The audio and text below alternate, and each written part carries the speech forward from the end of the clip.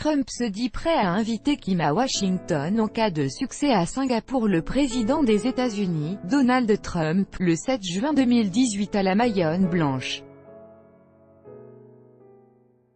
Reuters, Carlos Baria. À quelques jours du sommet historique de Singapour entre Kim Jong-un et Donald Trump, le président américain a réaffirmé son intention d'aboutir à la dénucléarisation de la Corée du Nord. Il estime que cet objectif pourra être atteint, même s'il reconnaît qu'il faudra sans doute plusieurs rencontres avant la signature d'un accord. Pour la première fois, il a même envisagé de recevoir le maître de Pyongyang à Washington. Avec notre correspondante à Washington, Anne Corpet. Comme toujours, c'est l'optimisme qui l'emporte chez le président américain.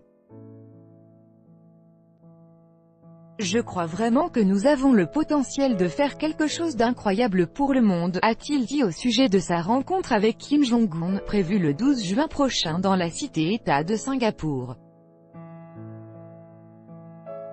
Et Donald Trump de se dire prêt, pour la première fois, à inviter Kim Jong-un à Washington si le premier sommet se déroule bien. Le locataire de la Maison-Blanche veut y croire, notre rencontre sera un grand succès, Kim Jong-un veut faire quelque chose de bien pour son pays.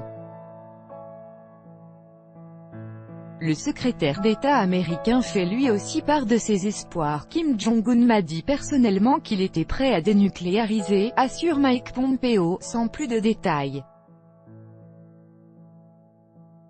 Il rappelle les exigences américaines, une dénucléarisation complète, irréversible, et bien sûr, vérifiable. Les États-Unis veulent des avancées concrètes, pas de vaines paroles, prévient le chef de la diplomatie Mike Pompeo.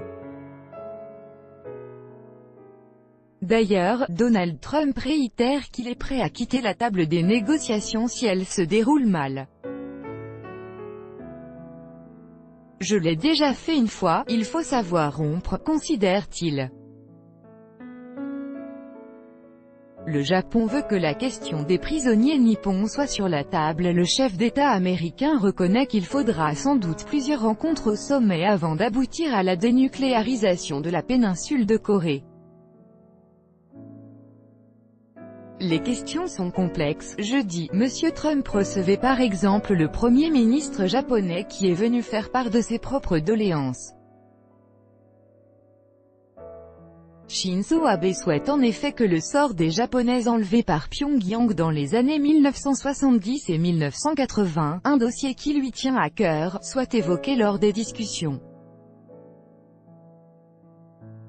L'actuel homme fort de Tokyo faisait partie de la délégation qui s'était rendue à Pyongyang en 2002, et ce sujet était déjà à l'ordre du jour.